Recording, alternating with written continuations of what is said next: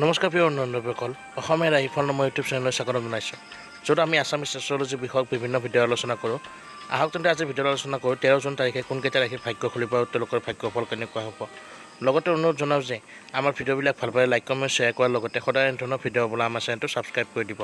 আহক এতিয়া ভিডিঅ'লৈ আগবাঢ়োঁ। 13 তাৰিখে এই বিশেষ ৰাশিকেইটাৰ ভাগ্য খুলিব। এওঁলোকৰ বিভিন্ন কাম কাজত মনোনিৱেশ হ'ব তথা নতুন উত্থাপ হ'ব। চাকৰি ব্যৱসায় আদিত উন্নতি ঘটিব।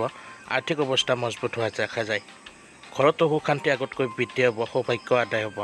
লগতে পৰিয়ালৰ সদস্যবোৰৰ মাজত মিলাপ্ৰীতি বাঢ়িব। জীৱনসংগীৰ লগত সম্পৰ্ক মধুৰ হ'ব। প্ৰেম প্ৰণয়ত বেয়া নহয়। স্বাস্থ্যও ভালে দেখা যায় আৰু কেৰিয়াৰৰ দিশতো উন্নতি হোৱা দেখা যাব। মুঠতে চাবলৈ গ'লে 13 জুনত এইকেইটা ৰাশিৰ বিশেষ ধৰণৰ ভাগ্য খুলিব আৰু ভাগ্য উজ্বলি উঠাৰ বাবে এওঁলোকে বিভিন্ন দিশত সফলতা লাভ কৰিব। এই বিশেষভাৱে ভাগ্যৰ ৰাশিকেইটা হৈছে তুলা, কুম্ভ, কৰ্কট, মীন, মেষ আৰু বৃষ ৰাশি। বন্ধুসকল, ভিডিঅ'টো যদি ভাল পালে লাইক কমেণ্ট শ্বেয়াৰ কৰি দিব আৰু সদায় ধৰণৰ ভিডিঅ' পাবলৈ আমাৰ চেনেলটো ছাবস্ক্ৰাইব কৰি দিব। ধন্যবাদ।